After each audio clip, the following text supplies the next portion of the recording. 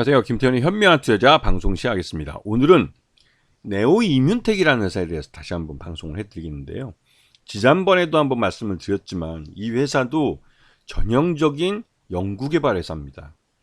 이 회사는 그 T세포 기반의 면역 치료제를 개발한다는 명목으로 이 상장에 성공을 했습니다.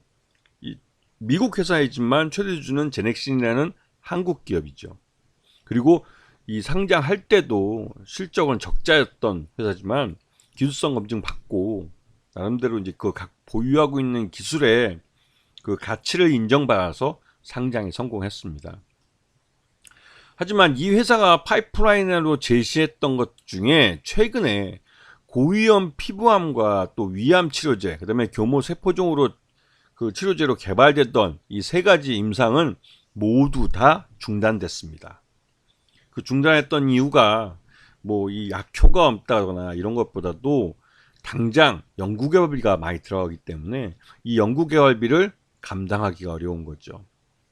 왜냐면 이 네오이뮨텍이라는 회사는 R&D만 하는 회사지 실적이 없습니다. 즉 상장할 때 공모자금을 받은 것 같고 버티고 있는 그런 회사일 뿐이고 그 이후로 유상증자나 주식 관련 전환사채 등을 발행하지 못했습니다. 왜냐하면 상장한 이후로 주가가 계속 흘러내렸기 때문이죠. 이렇게 되면 이제 상장한 지 한 2년 차쯤 되면 이 보유하고 있는 현금이 거의 떨어져 가기 시작합니다. 이 회사가 다른 회사들처럼 정상적인 매출을 갖고 제대로 가치를 평가받아서 시장에 들어온 것이 아니라 이 기술성, 그러니까 수익성은 떨어지지만 기술의 미래 가치를 인정받고 상장을 했기 때문에 공모자금 자체가 얼마 되지 않죠. 자, 이 회사 포괄손익계산서만 봐도 알 수 있습니다. 영업수익이 아예 없습니다. 그리고 적자만 계속 지금 기록하고 있는 상황이죠. 그리고 이 회사의 최대주주는 제넥신이라는 한국 기업인데 그 회사가 21.18% 정도 갖고 있습니다. 그리고 전체적으로 이 특수관계인들 포함해서 27.33%이기 때문에 경영권은 뭐 안정되어 있다고 생각이 되지만 지금 이 상태로 내년 상반기까지 가면 유동성 부족에 직면할 가능성이 크기 때문에 제넥신이 책임경영 차원에서 유상증자에 나설 수도 있습니다. 이건 투자자가 없으면 최대주주가 나설 수밖에 없는 거죠. 그런데 이것도 쉽지 않은 게 이 시중 자금에 대한 조달금리 그 비용이 그러니까 이자 부담하는 이자 비용이 높기 때문에 실제로 이 제넥신이라는 바이오 업체 여기도 이제 R&D만 하는 회사인데 이 자회사격인 이 네오이뮨텍에 대해서 책임경영 한답시고 증자를 해주면 이 제넥신의 주주들한테 자칫하다가는 배임죄로 임원들이 소송을 당할 수도 있습니다. 왜냐면 지코도 석자인데 지금 자회사를 어떻게 도와주겠다는 건지 이런 말이 나올 수밖에 없는 거죠. 자, 그렇지만 이 회사가 지금 심혈을 기울여서 투자하는 분야가 있습니다. ARS 치료제라는 급성 방사능 치료제인데요.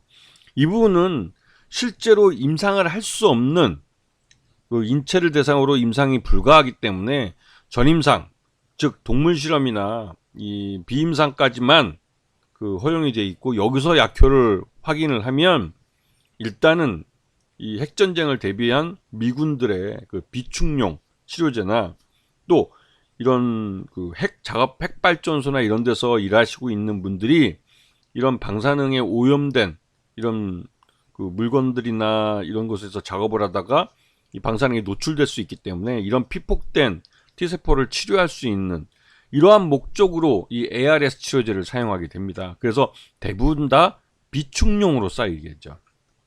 실제로 이 네오이뮨텍은 미국 NIS랑 함께 이 연구 개발을 하고 있습니다. 미 국립 알레르기 전염병 연구소와 함께 하는 거기 때문에 여기에 대해서 향후 미국 보건복지부에서 이게 이 전임상에 성공하면 똑같이 미군이 이 비축할 수 있는 그러니까 이런 방사능 치료제로서 이 판매를 미 정부에 판매할 수 있는 그런 허가를 받게 되는 거죠. 실제로 이렇게 되면 우리 국군도 이 북한이 핵무기를 갖고 있기 때문에 핵전쟁에 대비한 비축용 치료제로 우리 국군도 사야 될 가능성이 큽니다. 여기다가 최근 들어서 이 일본이 이 후쿠시마 그 그러니까 이 후쿠시마 방사능 오염수를 바다에 직접적으로 폐기를 하고 있습니다. 그리고 이게 아무리 뭐 알프스라는 뭐 기계를 써서 이 핵종들을 제거했다고 해도 삼중수소 같은 경우는 아예 그냥 거르지도 못하고 그냥 바다에 버리고 바닷물에 의해서 희석시킨다는 논리를 갖고 하지만 희석이 되지 없어지는 게 아니라 계속 쌓여가고 있는 겁니다. 그러다 보니 이런 것들이 이제 계속 바다로 흘러서 우리나라까지도 올 수도 있는데요. 뭐 그럴 경우에는 이제 바다에서 작업하시는 분들, 어부나 또 해녀분들 같은 경우 직접적으로 바닷물 속으로 들어가기 때문에 그 몇 년 후에는 우리나라까지 이 방사능에 오염된 물이 올 경우에는 피폭될 수도 있겠죠. 이제 이런 분들 치료를 목적으로 ARS 치료제를 비축해야 될 그런 필요성은 있습니다. 그렇기 때문에 이 회사는 이 ARS 치료제 개발에 사활을 걸고 있습니다. 그리고 최근 들어서 이 회사 주가가 많이 빠지는 건 쿼드 자산운용 같이 기관 투자자들이 보유하고 있는 물량들이 계속 시장에 쏟아졌기 때문에 그렇습니다.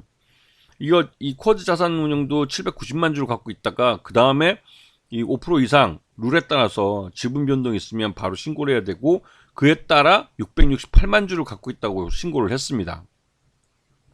그리고 최근 들어서 보시게 되면 기관 투자자들은 약 200만 주 정도 계속 시장에서 팔았고 이거를 외국인 투자자들이 뭐 넘겨받는 그런 양상을 나타내고 있어요. 이 외국인 투자자들은 기관일 수도 있고 개인 투자일 수도 있고 특히 미국의 이 회사 자체가 미국 회사이기 때문에 미국에 근무하고 있는 그 직원들일 수 있습니다. 실제로 이제 이 네오이뮤텍의 직원들은 한국인들로 알려져 있죠. 그래도 미국에서 영주권을 갖고 살고 있는 박사급 고급 인력들이기 때문에 이 사람들이 국내에서 주식을 살 때는 외국인으로 등록을 해야 됩니다. 그래서 이렇게 그 기관들은 일방적으로 주식을 팔고 있고 이거를 외국인 개인 또는 뭐 외국인 기관 투자가들이 매수하고 있는 그런 양상을 보이고 있죠. 지금 이거는 한 6개월 정도 주식 차트를 보여준 건데요. 이 차트가 지난번에 방송한 걸 보시면 2년 동안 계속 이런 45도 내지는 이런 40도 정도의 완만한 하락세로 2년 동안 흘러내린 주가라는 걸 알 수 있습니다. 앞에서 말씀드렸지만 이 네오이뮤텍 자체는 갖고 있는 이 돈이 되는 수익성 있는 그 제품이나 상품이 없습니다. 그렇기 때문에 실질적으로 연구개발에서 돈만 쓰고 있는 회사이기 때문에 이러한 회사들은 최근처럼 금리가 오를 때 외부에서 투자금을 발행하지 못하면 최악의 경우까지 내몰릴 수도 있습니다. 그렇기 때문에 이 네오이뮤텍의 주가가 계속 흘러내렸던 건데요.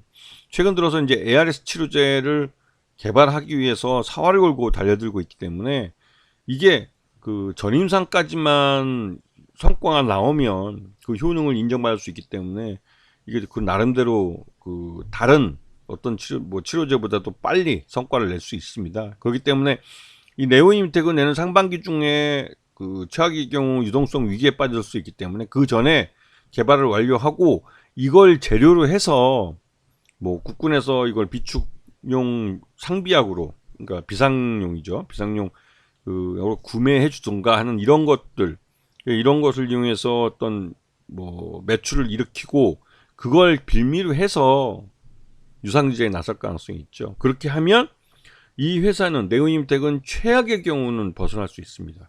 그러면 지금같이 이렇게 저평가될 만한 사유가 사라지게 되는 거죠.